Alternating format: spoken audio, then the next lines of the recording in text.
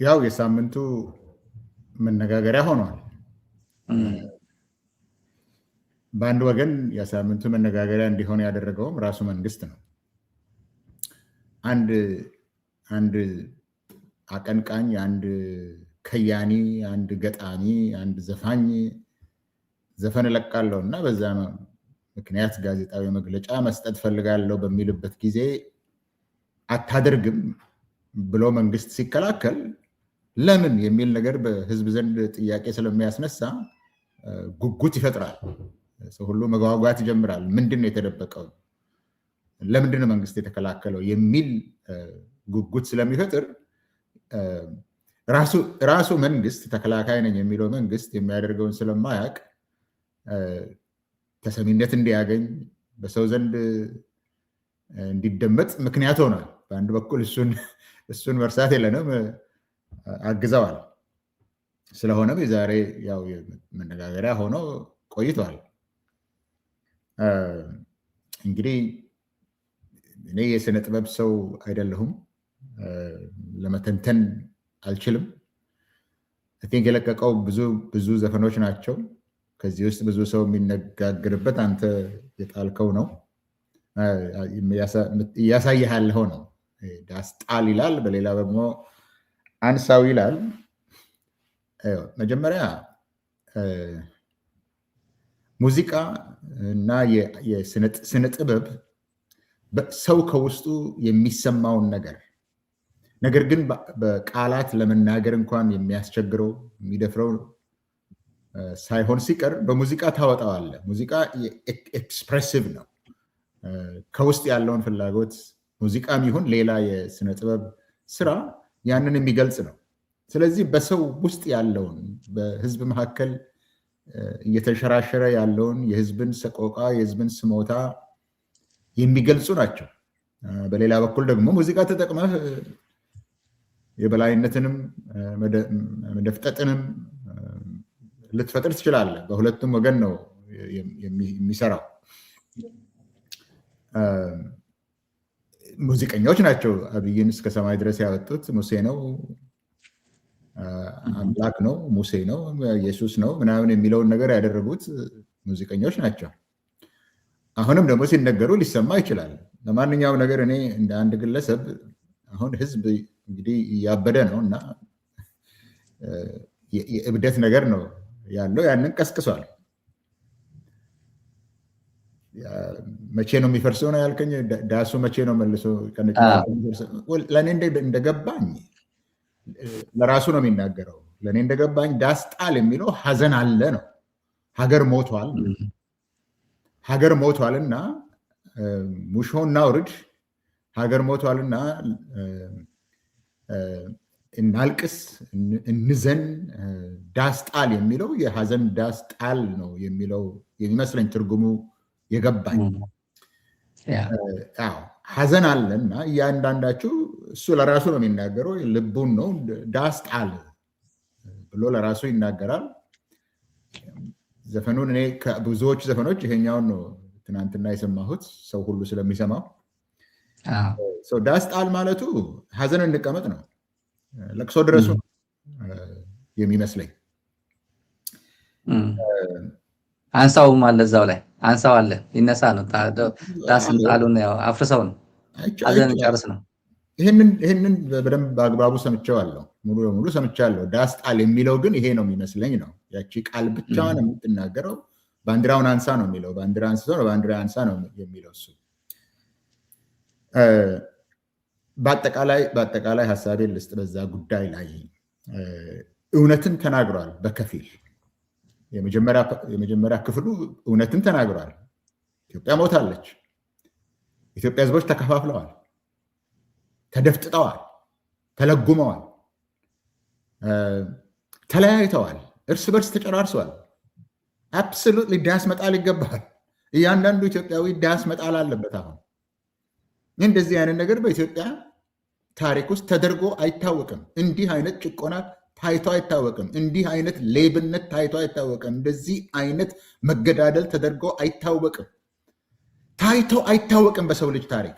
ሰውን ገለ በአህያ መጫን፣ ሰውን ገለ በመኪና መንገድ ላይ መጎተት አይታወቅም። መንግስት ከመንግስት ውጭ የራሱን የመግደያ መሳሪያ ሰርቶ ከመንግስት አስተዳደር ውጭ የራሱን የመግደያ ለመግደል፣ ለማስፈራራት፣ ቴሮራይዝ ለማድረግ መግለጫ ሌላ መሳሪያ የሚፈጥርበት በኢትዮጵያ ታሪክ ታይቶ አይታወቅም። ያለውን እንኳን ይዞ ለመቆየት የማይችልበት ነገር ታይቶ አይታወቅም። ሚሊዮን ሰዎች በሰሜን ሚሊዮን ሰዎች በደቡብ አልቀው አያውቁም። ዳስ ጣል ማለት ትክክል ነው። ይህንን የህዝብን ሰቆቃ ድምፅ ሰጥቶታል።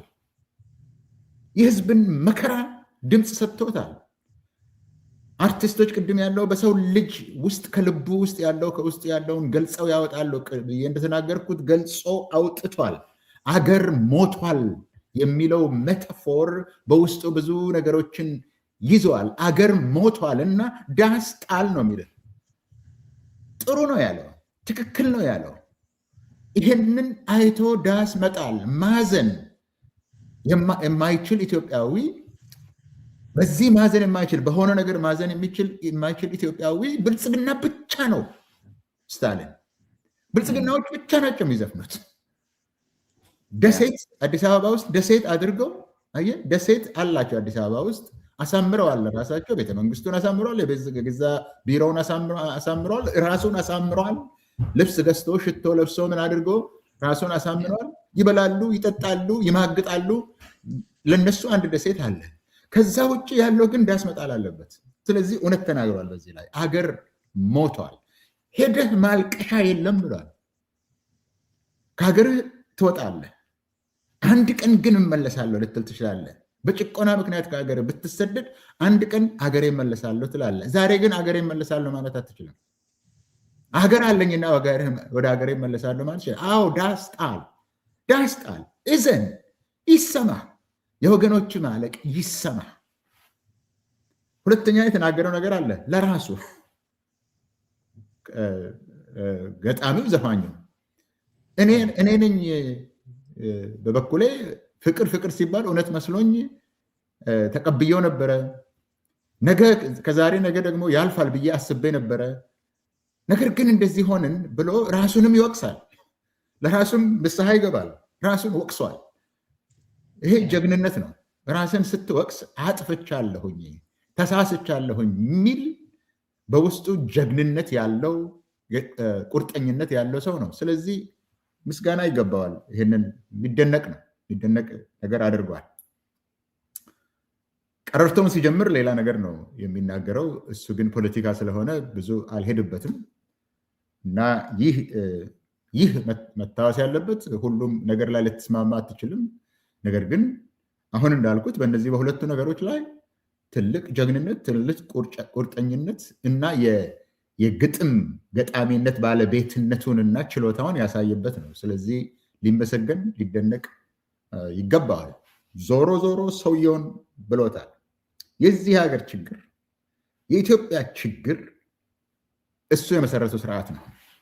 ስለዚህ እሱ ላይ ስላተኮረ ጀግና ነው። ያውም እዛ ሀገር ሆነ። እግዚአብሔር ይጠብቀው። ወደ እግዚአብሔር መጸለይ ነው። እግዚአብሔር ይጠብቀው። ምክንያቱም ከሱ በፊት እንደዚህ በጀግንነት የተናገሩ አልኖሩም፣ በህይወት አልኖሩም። ይሄ መታወቅ ያለበት ነው። ጥንቃቄ ያስፈልጋል ለማለት ነው። በዛ ላይ አመሰግናለሁ ፕሮፌሰር። ስለ እስራቱስ ሰምተህ መሰረት ሚዲያም ትላንት ዘግቦታል። ሌሎችም በርካታ ሰዎች እየተናገሩ ነው። ከአዲስ አበባ ዳስ ጣልም እኔ የቴዲ አፍሮ ዘፈን አዲሱ የሰማ ያው አይ ቲንክ ብዙ ሰው እየዘገበው ይገኛል። ታስሯል። ሰውየውም ለሁሉም ነገር ማለፍ አይችልም።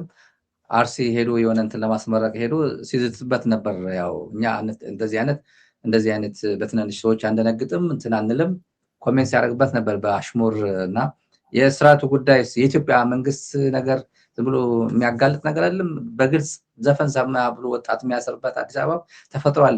ፕሮፌሰር ካልሰማው ብዬ ነው። እንደ ወንጀል ተቆጥሯል። ሰምቼዋለሁ። ግን ስታሊን ምኑ አዲስ ነው? ይሄንን እኮ አንድ ነገር ስለዚህ የብልጽግና መሪ አንድ ዲስቲንክት የሆነ ነገር ሊያደርገው ያለውን በሙሉ ይነግርሃል።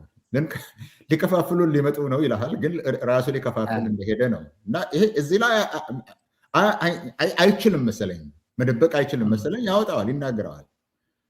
የኢትዮጵያ ጠቅላይ ሚኒስትር መሆኑን አያውቅም። ያንን ቢሮ እንደተረከበ ጠቅላይ ሚኒስትር አክሊሉ የነበረበትን ቢሮ እንደተረከበ ጠቅላይ ሚኒስትር መለስ የነበረበትን እንደተረከበ አያውቅም። ማለትም የኢትዮጵያ ጠቅላይ ሚኒስትር ስትሆን በምትሰራው ስራ ሁሉ ሊያመሰግንህ አይችልም፣ አይሆንም። በማህበረሰብ ውስጥ የተከፋፈለ ጥቅም ስላለ ሁልጊዜም መከፋፈል አለ፣ ግጭትም ሊኖር ይችላል። የጠቅላይ ሚኒስትርና የማንኛውም መሪ ዋና ተግባር መሆን ያለበት ይህንን ማቻቻል ነው። ይህንን አያውቅም የብልጽግና መሪ። ይሄ ኃላፊነቱ ምን እንደሆነ ስለማያውቅ አንድ ሰው ስለሱ የተናገረ እንደሆነ እሷን ስኮር ለማስቆጠር ይሞክራል። ያው አሁን ጌታቸው ወደ እሱ ገብተዋል። ጌታቸው እዛ በጦርነቱ ጊዜ የሚለው ነገር ከውስጡ አልወጣም እስካሁን። ስለዚህ ማዋረድ አለበት። የትምህርት ሚኒስትሩም ውጭ በነበረ ጊዜ ስለሱ የሚናገራቸው ነገሮች ብዙ ስላሉ እሷንም ሂሳብ ማወራረድ አለበት። አሁንም ቴዲ አፍሮ ተናገረ። ቴዲ አፍሮ የታወቀ ዘፋኝ ነው። ጥሩ ችሎታ ያለው ነው። ቅድም እንደተናገርኩት ችሎታ ያለው በዜማም በግጥምም ያው ትልቅ የስነ ጥበብ ሰው ነው። ነገር ግን የሀገሪቱ መሪ አንድ የስነ ጥበብ ሰው የሚያመሰግነው እኮ አለ። እናመስግነው የሚሉም አሉ፣ የሚያመሰግነው አለ፣ የማያመሰግንም አለ። ይሄ የአንድ ሀገር የፖለቲካ ደንብ ነው። ሁላችሁም ግን እኔም ማመስገን አለባችሁ፣ ካላመሰገናችሁ አጠፋለሁ የሚል በኢትዮጵያ ታሪክ ውስጥ የመጀመሪያው ሰው የብልጽግናው ፕሬዚደንት ነው። የመጀመሪያው ሰው ከሁሉ ጋራ ሂሳብ ማወራረድ አለብኝ፣ ለሁሉ መልስ መስጠት አለብኝ። አጫሉንም ሲገለው እንደዚሁ ነው የነበረው፣ እንደዚሁ መልስ ነው የሰጠው። ብልጽግና መንገዳችን ላይ የምትቆም ዘፋኝም በምንም የምታደርገው አትቆይም ብሎ ተናግሮ ሳምንት ሳይቆይ ገደለው። አውቄ ነው የምናገረው። እንደዚህ በምን አወክ ለሚባለው ነገር ገደሉን በምን አወክ ሲባል ጥላዬ ያሚ ወይም ጥላሁን ያሚ ስሙ እንኳን የማይታወቅ እሱ አልገደለውም። ማን እንደገደለው የታወቀ ነው። ራሳቸው ናቸው የገደሉት። ይሄን ሰሞኑን በግልጽ እየወጣ ነው። አሁንም ይሄኛው አንድ ነገር ተናገረኝ፣ ስለዚህ ጉቶውን ነቃቅዬ አስወግዳለሁ፣ ከኢትዮጵያ ከብልጽግና መንገድ ሊያስቀረን የሚችል ምንም ምድራዊ ኃይል የለም ነው አይደለም ያለው? እንደዛ ነው አይደለም ያለው? ምንም ምድራዊ ኃይል የለም፣ እኛ እንገሰግሳለን፣ ጉቶውን ደግሞ ጉቶ ይነቀላል ብሏል። ጉቶ ይነቀላል። ያው ግብረ መልስም ተሰጥቷል። ፕሮፌሰር ስለማይመጥነን ለሚዲያው ነው እንጂ ግብረ መልስም በብልጽግና መንገድ ዘፈን እያወጣች ነው። እንደዚህ አይነት እንትን አቅርቡለት መጥረጊያ፣ እንዲያው እንትኑን መጥረጊያ ማለት ነው። እያለቀሰ ከሆነ መንዲል ምን አቅርቡለት ምናምን ብሏል። ኤኒዌይ ትዕግስታቸው ቋንቋቸው መጥፎ ስለሆነ አንጠቀመው እንጂ አማራ የሚጠቅሱበት ቋንቋ አለ። ብልጽግናዎች አንዳንድ ሲናደዱበት የሚጠቅሱበት ቋንቋ አለ። በርገር አበላናችሁ ምናምን፣ ያው ምንም አታመጡም ነገር የሚልም እያዘፈነ ነው ብልጽግና። በዚህ አጋጣሚ ሌሎችም ዘፋኞች አሉ። ምናልባት በኦሮምኛ ቋንቋ ትናንትና ይሁን እንደዚህ ለመልቀቅ የሞከሩ 10 ሚሊዮን ብር ለእያንዳንዳቸው የተከፈላቸው አሉ። 10 ሚሊዮን ብር የተከፈላቸው አሉ። አሁን ለጠየቀኝ ጥያቄ አንደኛ ሰውየው ማን እንደሆነ ነው የሚነግረህ። አንድ ዘፈን ወጣ ተብሎ ጋዜጣዊ መግለጫ የሚከለክል፣ አንድ ዘፋኝ ተናገረ ብሎ ህዝብን በሰበሰበበት ቦታ ላይ መልስ ለመስጠት የሚወክል፣ ምንም አታደርገኝም፣ ምንም አታደርጉንም ብሎ መፎከር የሚፈልግ ምን ያህል ትንሽ ሰው እንደሆነ ነው የሚነግረህ። ይሄ ነው ትንሽ አእምሮ እንደሆነ ነው የሚነግረህ። መፎከር እስቲ ከ7 ዓመት አለፈ። ምኑን ነው የደፈጠጠው? እሱ ብዙ ሰው ገለዋል። ነገር ግን ኢትዮጵያ እሱ እንደሚለው በለጸገች። ነገር ግን ኢትዮጵያ የምትባለው እሷ አንድ ሆነች።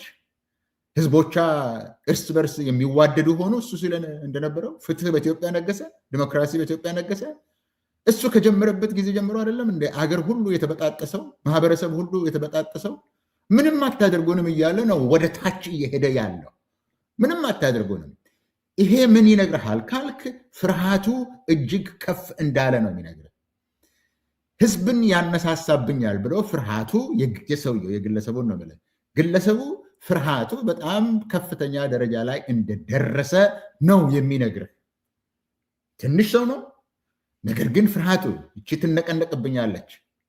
ትነቀነቅብኛለች ብላ ፍርሃቱ ከፍ ብሏል። ስርዓቱም ፈርቶታል ይሄን ነገር። ስርዓቱም ራሱ በኢትዮጵያ ውስጥ ከታጣቂ ኃይሎቹ ውጭ የህዝብ እንቅስቃሴ ይነሳብኛል ብሎ ፈርቷል። በዚህ ላይ ደግሞ የኢኮኖሚ ችግር አለ፣ የፖለቲካ ችግር አለ፣ የአስተዳደር ችግር አለ፣ የጸጥታ ችግር አለ። እነዚህ ሁሉ እየተደራረቡበት ስርዓቱን ለብቻው እያደረጉት ነው። ለብቻው እዛ ደሴት ውስጥ አዲስ አበባ ደሴት ወይም ደግሞ 100 ኪሎ ሜትር ሬዲየስ ውስጥ ያለውን በሙሉ አጠፋለሁ እያለ የሚንቀሳቀስበት ይኸው ሰሞኑን በድሮን በአርሲ ውስጥ በወለጋ ውስጥ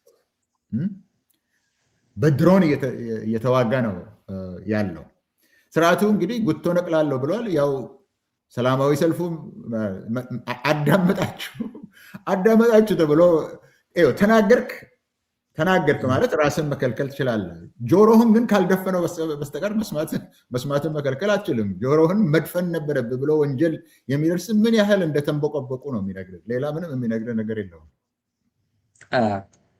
እንዲሁ ፕሮፌሰር ዘፋኙ አዲስ አበባ ነፃነቱ ተጠቅሞ ዘፋኙን ሀሳቡ በሚገልጽበት አዲስ አበባ የዘፋኙ ዘፈን አዳምጠሃል ብሎ ወጣቶችን በዚህ አጋጣሚ እነሱን ለማሸማቀቅ ኢትዮጵያን ለማሸማቀቅ እንደዚህ አይነት ሙከራ ማድረጉ የዚህ መንግስት ፍርሃትም ደግሞ በኢሚዲየትሊ ግብረ መልስ የሰጠበት ፕሮፌሰር አንተ ስለማይመጥን እዚህ ፕሮግራም እንትን አላደርገውም እንጂ ስክሪን ላይ የምናያቸው በዚህ ዘፈን ነው።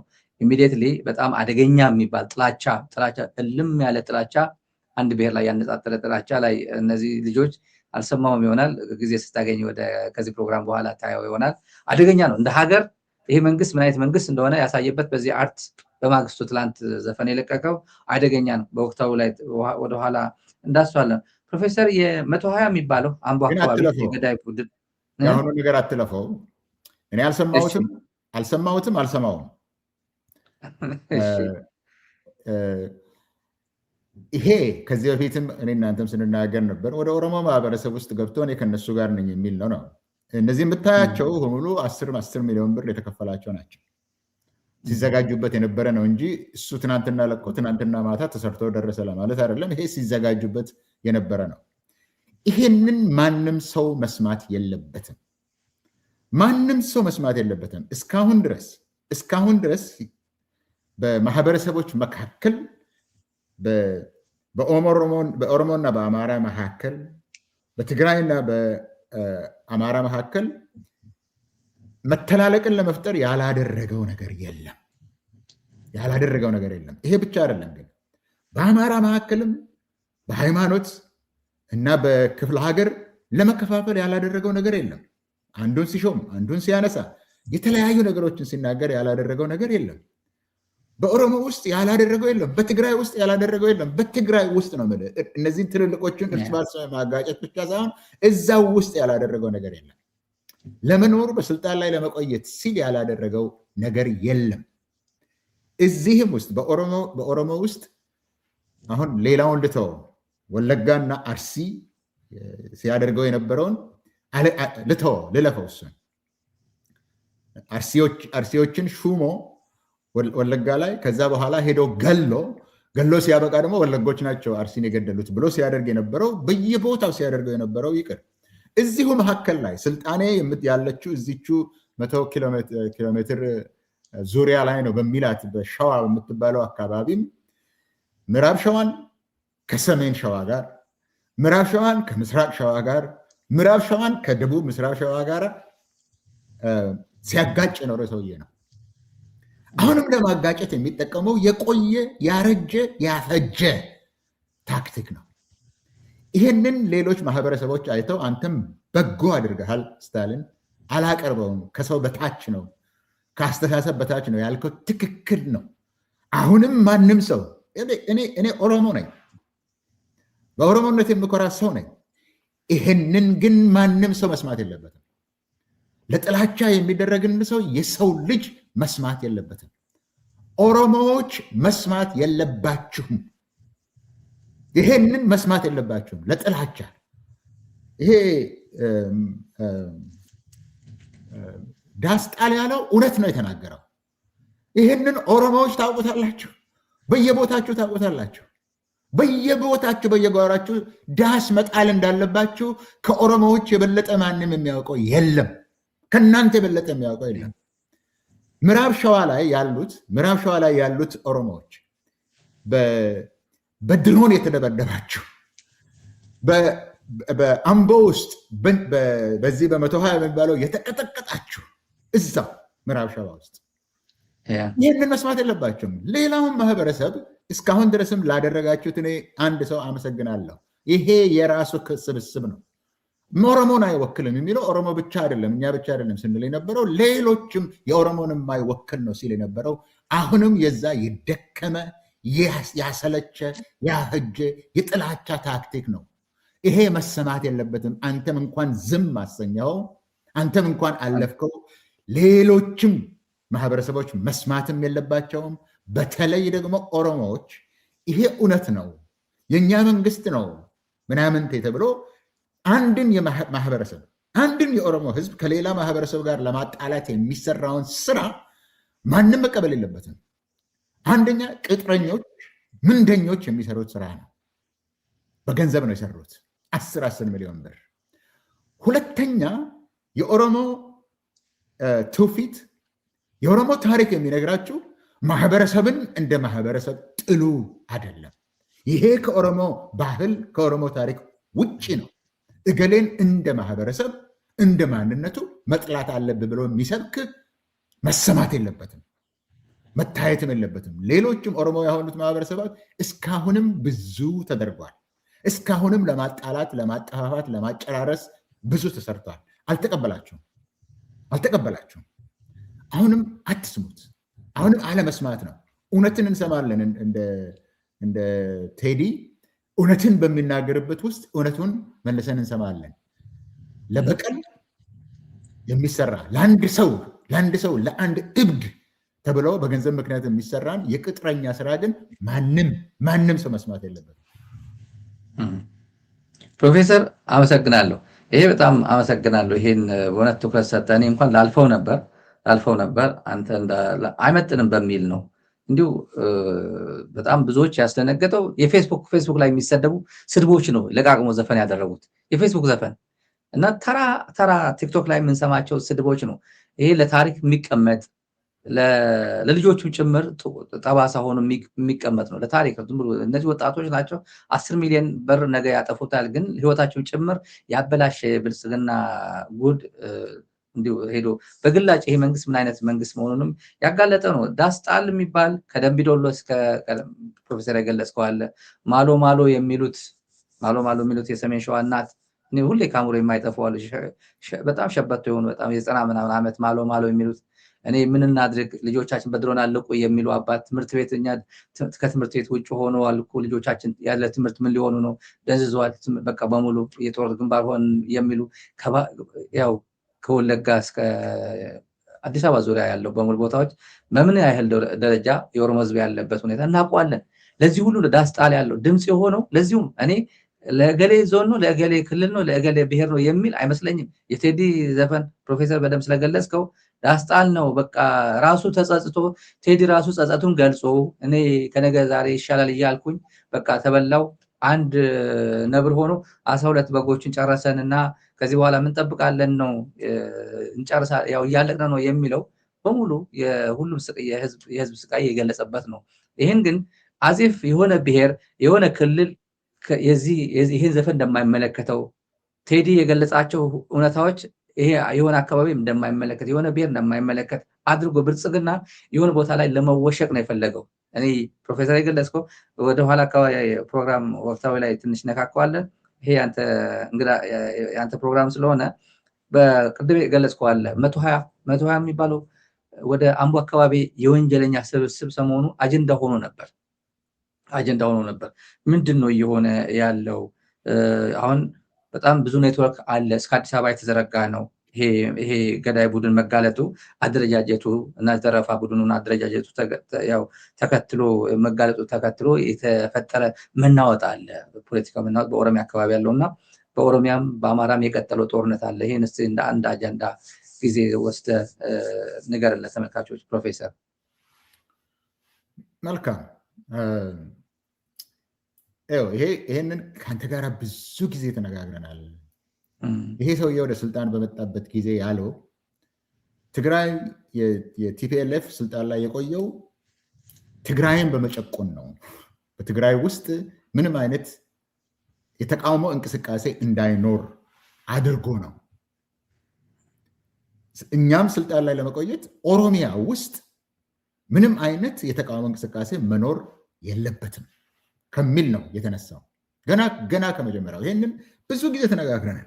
ብዙ ጊዜ ይሄ ነው በፍጹም መንቀሳቀስ የለበትም ነው። አንድም ነገር ይሄ የኔ ጓዳ ነው፣ ይሄ የኔ ጓሮ ነው፣ እዚህ ውስጥ ማንም ሰው መቆም የለበትም። ኦሮሞ እኔን መደገፍ አለበት። ይሄ በስብሰባቸው ላይ የተናገረው ነው። እዚህ ሚኒሶታ ላይም የተናገረው ነው።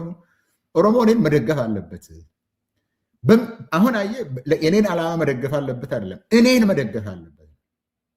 እኔን መደገፍ አለበት። ስለምን እንደግፍ ብትለው ስለዚህ ነው ብሎ የሚነግር ነገር እኔ ነው መደገፍ አለበት።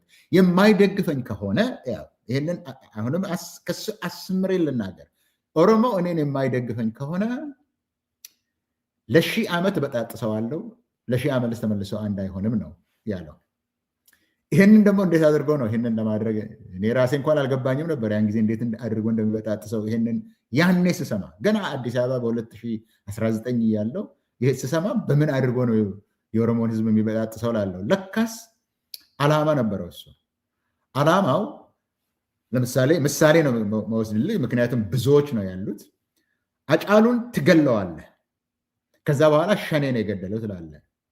አጫሉ ሸዋ ነው፣ ገዳዩ ሸኔ እነሱ የሚሉት ወለጋ ነው። ስለዚህ ወለጋና ሸዋን ታጣላለህ። ወይም ራስህ ላይ ቦምብ ታስወረውራለህ። ቦምብ ታስወረውርና ትግራይ ነው ሊገለኝ የነበረው ትላ ትግራይ ላይ ታስነሳለህ። ወይንም ወለጋ ለምን አትሄድም ሲባል ወለጋ ሄድኩኝ እንደሆነ ይገሉኛል፣ እዛ የገደሉኝ እንደሆነ ሁለተኛ ጅማና ወለጋ አንድ አይሆንም፣ አርሲና ወለጋ አንድ አይሆንም፣ ሀረርና ወለጋ አንድ አይሆንም ይላል። ለአንድ ሰው ተብለው ስለዚህ እነዚህ ሁሉ ሲያደርጉ የነበሩት በተለያዩ ቦታዎች ራሳቸው ሲፈጥሩት የነበረ ግድያ ነው። በየቦታው ለዚያ መሳሪያ ሲያዘጋጅ ነው የነበረው። ይከፋፍላል። በራሱ ላይ ጥቃት ተሰነዘረብኝ ይላል። ከዛ በኋላ እሱን ምክንያት አድርጎ አሁን ትዝ አይልህም? መጀመሪያ ላይ ወደ ትግራይ ጦርነት ለመሄድ በሚፈልጉበት ጊዜ ሁሉም ቦታ የሚደረገው ወንጀል ማንም ሰው ኮሽ ያለበት ቦታ ላይ ቲፒኤልኤፍ ነው ያደረገው ይባል ነበር። ለምን? እንደዚሁ በኦሮሚያ ውስጥ በኦሮምኛ ቋንቋ ሆነ እንጂ እንደዚሁ ሲነገር ነበረ። እኛ የምናጠፋውን እንትኑን ነው የምንዘጋው። ምንድን ነው ይሄ? አሳውን አይደለም የምንለቅመው፣ አካባቢውን ነው የምናጠፋው በሚልበት ጊዜ አንድን አካባቢ ወለጋን ራሱ ተናግሮታል። ወለጋን ምድረ በዳ አደርጋለሁ ነው። ምክንያቱም ከዛ የሚወጡ ሰዎች ናቸው የሚቃወሙ። ትክክል ነው። ወለጋ ላይ የሚወጡ ሰዎች በታሪካቸው እውነትን ከመናገር እና ለአንድ ዓላማ ብዙ የተሰዉ ሰዎች ናቸው። ስለዚህ እሱን ማጥፋት አለብኝ ብሎ ነው የጀመረው። ሁለተኛ በዚህ በአዲስ አበባ አካባቢ እሱ ስልጣኑ ያለበት ቦታ አንድም አይነት ተቃውሞ እዚህ መኖር የለበትም አለና ሸዋን በየቦታው እርስ በርሱ እያጣላ እዚህ አምቦ አካባቢ፣ ጀልዱ፣ ግንደበረት ስንትና ስንት ሰው ነው የጨረሰው። ምስራቅ ሸዋ ላይ አባገዳዎችን ነው የጨረሰው። ሰሜን ሸዋ ላይ አንተ ቅድም ተናግረሃል። ቅድም የተናገርከው አለ በደራ ጉዳይ ላይ እያጋጨ ይሄንን የሚያደርገው ይሄንን የሚያንቀሳቅሰው ራሱ በሰራው ከመንግስት ውጭ የሆነ የማይጠየቅ በበጀቱ የማይጠየቅ አካውንታቢሊቲ የሌለው ስራው የማይታወቅ የፈለገውን ሊያደርግበት የሚችለውን ነው የሰራው። ምናልባት 120 የሚለው ከአምቦና ሸገር የሚባለው አካባቢ ላይ ኃላፊነትን የወሰደ የዱርዬ ስብስብ ነው። ተጠያቂነት የሌላቸው ነገር ግን ብዙ ገንዘብ የሚሰጣቸው፣ ወደ ሌላ ቦታ ደግሞ ሌላ ስም የተሰጣቸው አሉ። ሳልሳዊ የሚባለው ወደ አርሲ እና እስከ ሻሸመኔ ድረስ፣ ሌላ ደግሞ ወደ ድሬዳዋ አካባቢ ደግሞ ሳተናው የሚባል፣ እነዚህ ከመንግስት ውጭ የሆኑ የመንግስት ሰራተኞች ናቸው። ከመንግስት ነው ፋይናንስ የሚደረጉት፣ ከመንግስት ነው ስልጠና የሚሰጣቸው፣ የመንግስት ድጋፍ አላቸው። መንግስት ላይ ያለው የተወሰኑ ሰዎች ማለት ነው። ነገር ግን ፖሊስ አይደለም፣ ልዩ ኃይል አይደለም፣ ሲክሬት ነው። ወለጋ ላይ ደግሞ ከዚህ በፊት በኢህአዴግ ጊዜ የነበረ አባ ተርቤ የሚባል ነበረው። አዲስ አባ ተርቤ ነው የፈጠሩት። እነዚህ ናቸው ሰውን፣ ተቃዋሚን የሚገሉ፣ ህዝብን የሚያሸብሩ፣ ቴሮራይዝ የሚያደርጉ፣ ተገዝተው ተንበርክኮ እንዲኖር የሚያደርጉ ናቸው። ይህንን ፈጥሮ ነው በዛ ነው የሚኖረው ያለው። ለዛም ደግሞ ዋና አሰልጣኛቸው እና ጠባቂ የሆኑት የሪፐብሊካን ጋርዱም የፖሊስ ኃይል ኃላፊዎችም የግል የእሱ ኃላፊዎችም በዚህ ላይ ሙሉ በሙሉ ተሳትፈው ይሄው እስካሁን ድረስ ከዛን ጊዜ ጀምሮ በኦሮሚያ ውስጥ በጉጂ፣ በወለጋ፣ በሸዋ፣ በአርሲ፣ በሌላ ቦታዎች እንደዚሁ ሲገሉ የነበሩ ናቸው። ይሄ ነው እንግዲህ አሁን ያለው። ፕሮፌሰር፣ ይሄ ስክሪን ላይ ያለው ካላወቀው ምናልባት ተመልካቾችም እንድታውቁት ይሄ ካሳዬ ቀነኒሳ የሚባለው ነው ዋና ደብዳቤው የአምቦ ዋናውን ተጠሪው ብዙ ወንጀል ላይ የተጨማለቀ። የዚህ ለየት የሚያደርገው ፕሮፌሰር ምናልባት ካልሰማ አራት ሴቶች እድሜያቸው ከ12 እስከ 16 ታዳጊ 12 እስከ 16 ነው እድሜያቸው፣ አፍኖ ቤት ውስጥ አስቀምጦ 19 ልጆችን ወልዷል።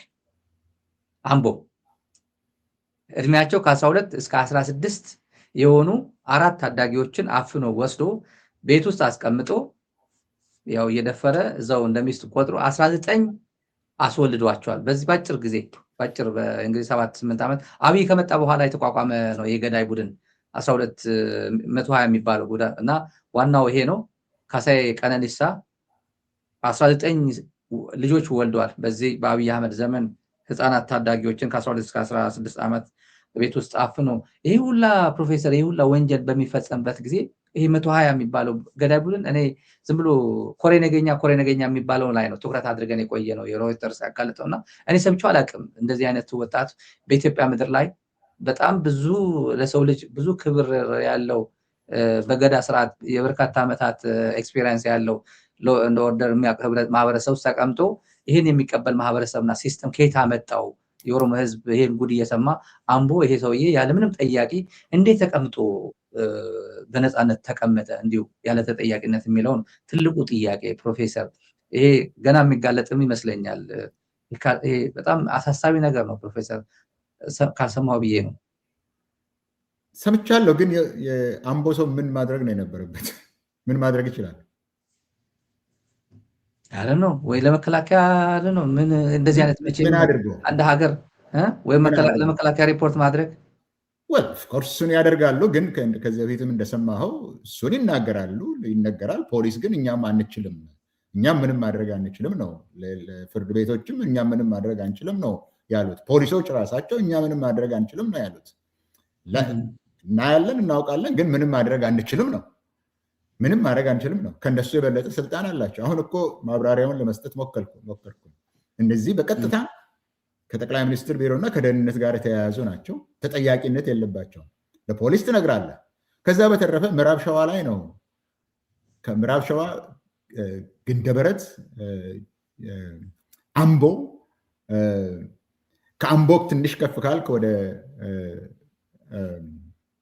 ጥቂት ሰዎች ከዛ የገቡበት አካባቢ አለ። እዛ ላይ ነው የኦሮሞ ነፃነት ሰራዊት ሲታገል የነበረው። አሁንም ተመልሰው ቦታውን ይዘው ያሉት በሚዳቀኝ፣ በአዳ በርጋ፣ በሜታ ሮቢ። ከዚህ በፊት እኮ በ2022 እኮ ያ ቦታ በድሮን ሲቀጠቀጥ እንዴት እንደተቀጠቀጠ አታውቅም። ሲቀጠቀጥ የነበረ ነው። ግን ሬዚስተንስም እዛ ነው ያለው። አሁን ይሄ የኦሮሚያ ፕሬዚደንትና የኦሮሚያ ባለስልጣናት ሁሉ የሚመጡበት ከምዕራብ ሸዋ ነው። ነገር ግን እስካሁን ያልተንበረከከለትም ልጆቹን ወደ ጫካ አስገብቶ እየተዋጋ ለመከላከል እየሞከለ ያለም ያ አካባቢ ነው። እስካሁንም ያልቻሉት ያንን አካባቢ ነው። ስለዚህ ዝም ብሎ አልተቀመጠ፣ ተሸክመው እየተቀመጠ አይደለም እና መስዋዕትነት በሰፊው ወጣቶች እየከፈሉ ነው። በሰፊው አብይ እኮ እየቀለደ አይደለም። እኔ ወለጋ ላይ ከትግራይ የበለጠ አጥፍተናል በሚል እኮ ቀልድ እኮ እየነገረ አይደለም። ምድረ በዳ እኮ አድርገውታል እና መቀጥቀጥን ቀጥቅጦታል። ሁሉም ቦታ ላይ ቀጥቅጦታል። ሁሉም ቦታ ለምን አይነሳም? ነገር ግን ይሄ እየተዋ አይደለም። አሁን ስለዚህ ሰውዬ መጀመሪያው ጥያቄ እሱ ስለሆነ ስለዚህ ሰውዬ ያነሳኸው አለ። ሁለት ነገሮችን በዛ ላይ ልናገር። አንደኛ ይሄ አሁን ያለው ነው።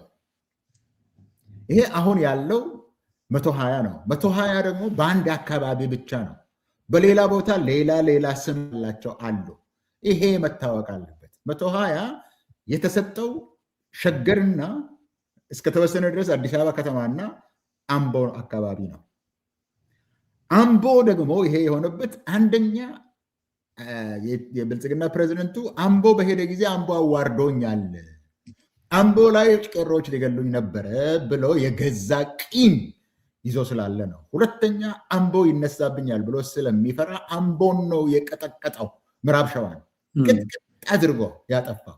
እኔ ይሄንን ከጨረስን በኋላ ለአንድ ቀን ለታሪክ ምስክር እንዲሆን በስንት ያ አካባቢ በስንት ድሮን እንደተቀጠቀጠ ሰዎች 50 ሰዎች ተገለው በነጋታው ለቀብር ሄደው እንደገና በድሮን የተቀጠቀጡበት ቦታ ነው። ሰው ዝም አላለም። ነገር ግን እንደዚህ አይነት መቀጥቀጥን የግል ቂም አድርጎ ይነሱብኛል ብሎ ስለፈራ ሲያደርገው የነበረ ነው። አምቦ ላይ ይሄ ሶስተኛው ዙር ነው። አሁን አንተ እዚህ ላይ የምታየው ሶስተኛ ዙር ምልምል ነው። ከሱ በፊት ሌሎች ምልምሎች አሉ። በመግደል በመዝረፍ ሰውን በማሰቃየት ራሳቸውን ዲስቲንጉሽ ያደረጉት አሁን የመንግስት አካል ሆነዋል። ወይ የአውራጃ የዞን አስተዳዳሪ ሆኗል፣ የዞን ፖሊስ አዛዥ ሆኗል፣ ወይ የሚሊሻ ኃላፊ ሆኗል።